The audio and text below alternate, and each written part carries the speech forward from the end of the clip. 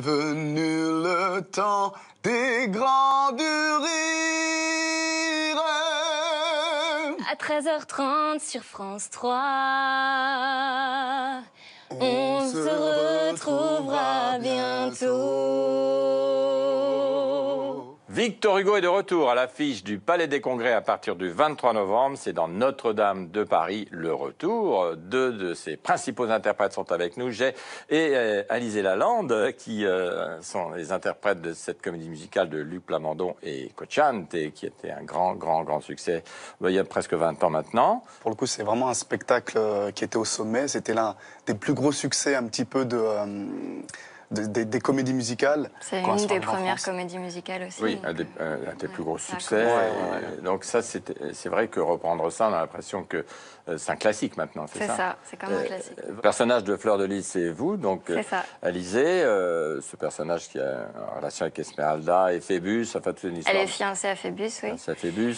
Et quand elle va apprendre que Phébus est attiré par Esmeralda, elle va lui demander qu'on pende Esmeralda pour pouvoir se marier avec lui. Pendre. Ouais. L'histoire touche toujours autant, je pense. C'est universel, c'est pas... Oui, bien sûr. C'est aussi une Ça parle d'amour, de désir, voilà. On peut se reconnaître dans des personnages. Combien sur scène, là? C'est le même nombre? En fait, rien n'a changé. Rien n'a changé, c'est le même spectacle. Je pense qu'il y avait une certaine demande, en France en tout cas, les acteurs un peu aussi.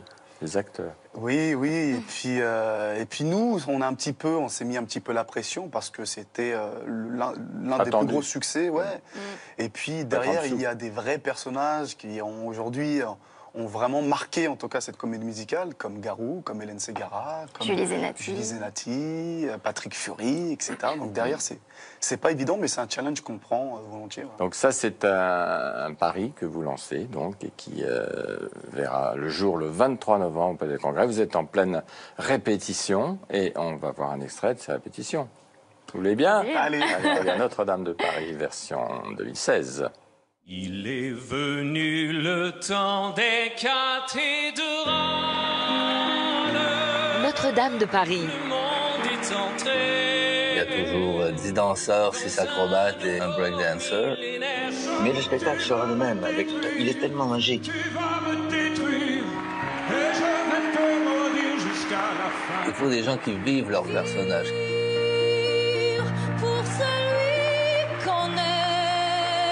Ce mariage de tous les genres, c'est unique. C'est tellement beau qu'il ne fallait pas toucher.